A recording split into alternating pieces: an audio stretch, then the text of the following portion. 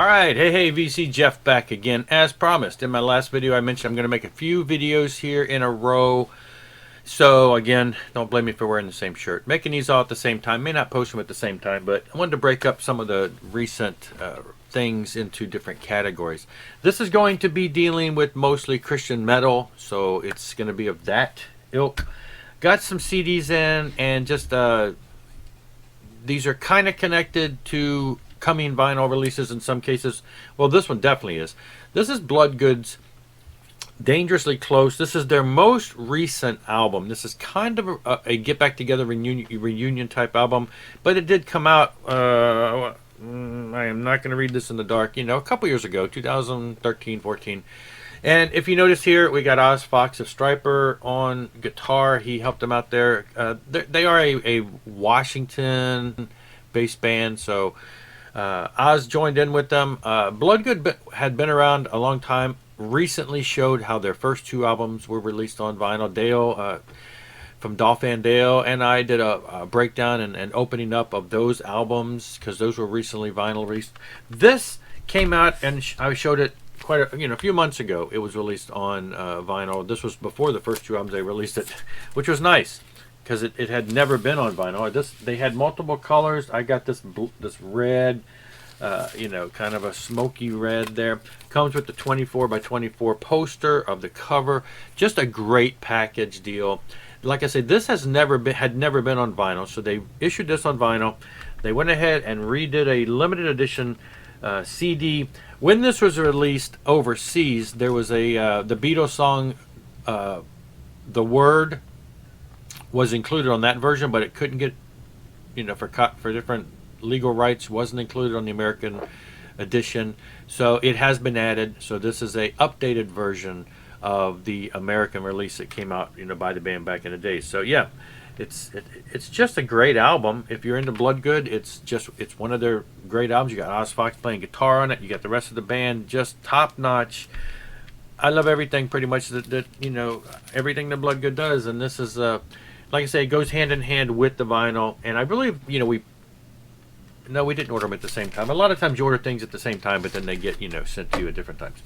But anyway, so that did. Now they did send this. This is the first. This is Metal Missionaries, the first Bloodgood EP demo that was released by the band.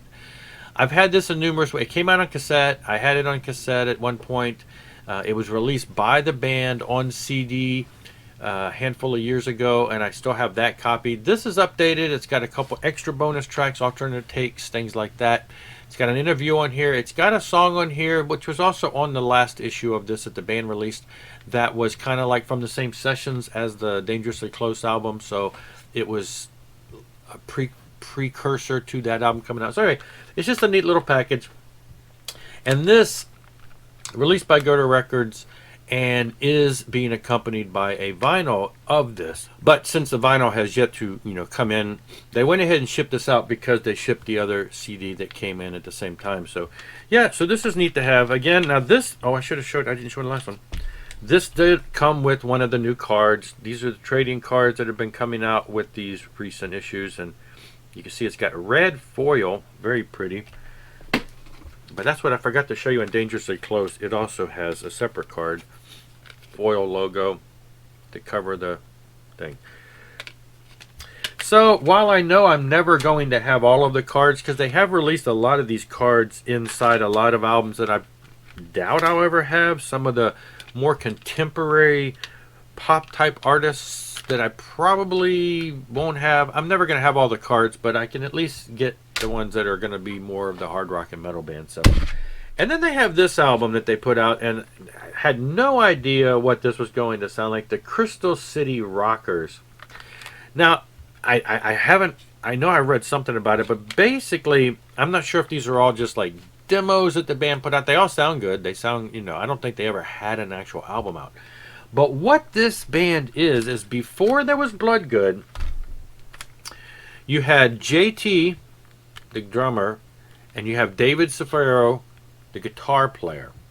Well, before they joined Michael Bloodgood and Bloodgood, this was their band.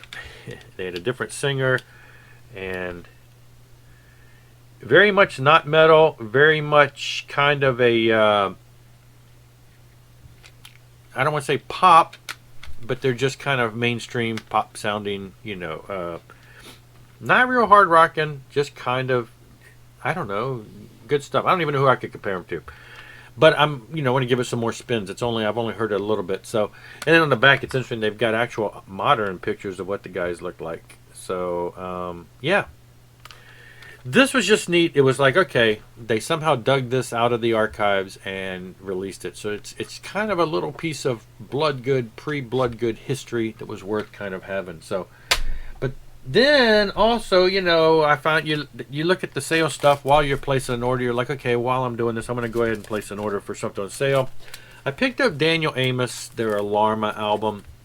Daniel Amos have a long history in the 70s. They had folk rock, rockish type stuff, interesting stuff. They were connected with like Larry Norman and on his label, kind of in that whole genre. A lot of people influenced by Daniel Amos. A lot of people have various bands have covered songs from like the Horrendous Disc era and things like that.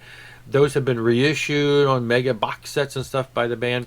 Alarma is one of the early albums where they kind of started going a little more into the pop world, and that's kind of where I discovered them, was in the 80s, later 80s, when they were doing more stuff like Darn Floor Big Bite and things like that. And they have been, it's kind of hard to see, but they have been in recent years, I think, was it Retroactive, I believe, had been reissuing Born Twice, okay, which is Retroactive related, had been releasing, this is their early stuff, on these mega, Shotgun Angel, there's Alarma, multiple disc releases.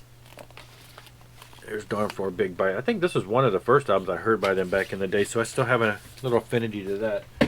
They have a bunch of music and a lot of different eclectic styles. And so I thought, as I run across some of them on vinyl in good condition, I would grab them. This was on sale through Girder Music for like $4. It was brand new, still sealed. So I placed the order. Then, and I knew this other one existed, but I never did, I don't know, I didn't see it on his site for some reason.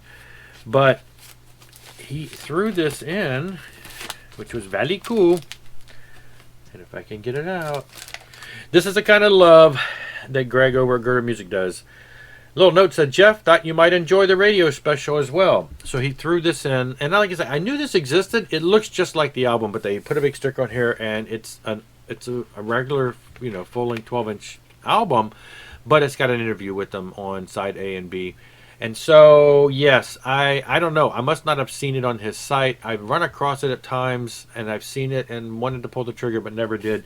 But when I placed this order, I must have just not noticed it or whatever, and I passed on it, and he threw it in anyway. So, yeah, thank you so much, Greg. Great stuff. I really appreciate that. It's kind of neat to have that. And I think I've got a lot of the Daniel Amos early stuff now on vinyl, but there's some more that needs to be picked up.